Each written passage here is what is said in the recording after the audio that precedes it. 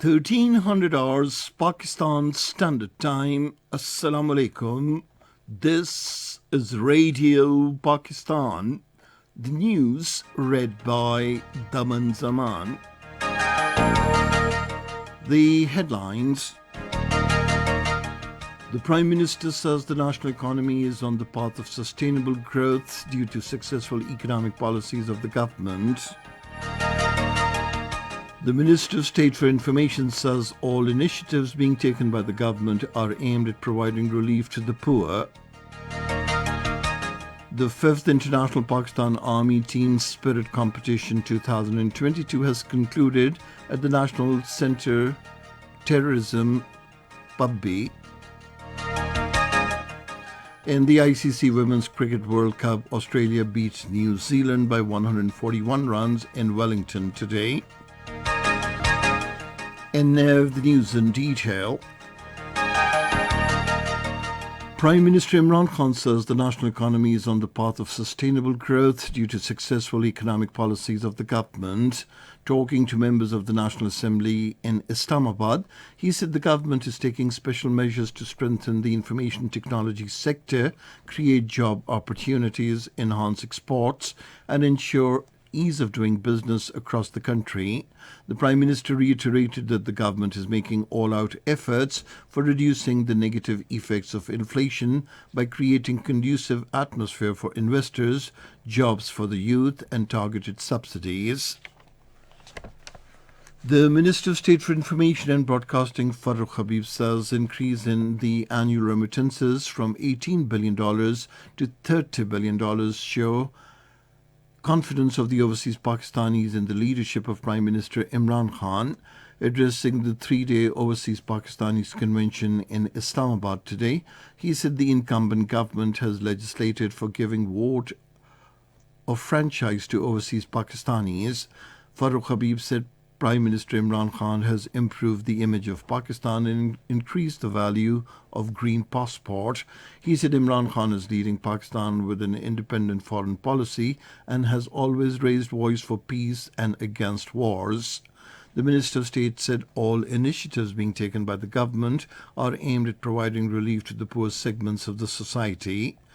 The advisor to the Prime Minister on Overseas Pakistanis, Mohammad Ayub Afridi, in his address to the convention, said the government will introduce e-gate system to facilitate overseas Pakistanis at the time of their arrival in the country. The 5th International Pakistan Army Team Spirit Competition 2022 has concluded at the National Counter-Terrorism Centre, Pubby. The Inspector General Training and Evaluation, Lieutenant General Syed Mohammad Adnan, was the chief guest at the closing ceremony. According to Inter-Services Public Relations press release, 8 Pakistan Army and Azmach international teams from Jordan, Morocco, Nepal, Turkey, Uzbekistan, Kenya, Saudi Arabia and Sri Lanka participated in the competition. Multan Corps won the competition while Rawalpindi Corps clinched the second position. Amongst the international teams, gold medals were won by Nepal, Turkey and Uzbekistan, silver medals by Kenya, Morocco and Sri Lanka, while Jordan and Saudi Arabian teams won the bronze medals.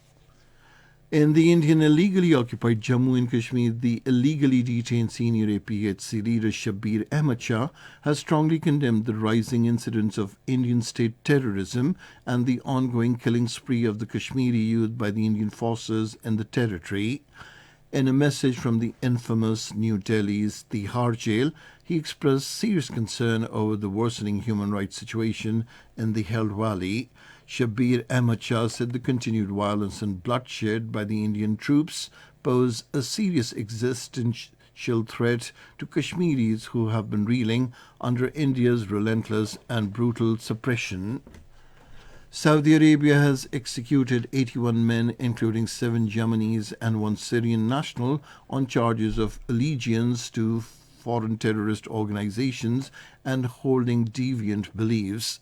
The Saudi Interior Ministry said these individuals were convicted of various crimes, including murdering innocent men, women, and children. And now cricket. In the ICC Women's Cricket World Cup, Australia beat New Zealand by 141 runs in Wellington today.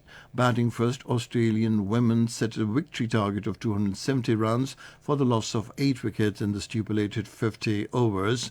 In reply, New Zealand women team were all out for 128 runs in 30.2 overs. Pakistan women team will play against Bangladesh women at Hamilton tomorrow. On the second day of the second cricket test against Pakistan in Karachi, Australia were 347 runs for the loss of 5 wickets a short while ago. And that is the end of this news bulletin. For more news and analyses, log on to our website radio.gov.pk, and you can also watch the live video streaming of our bulletins on the link facebook.com/Radio Pakistan News Official.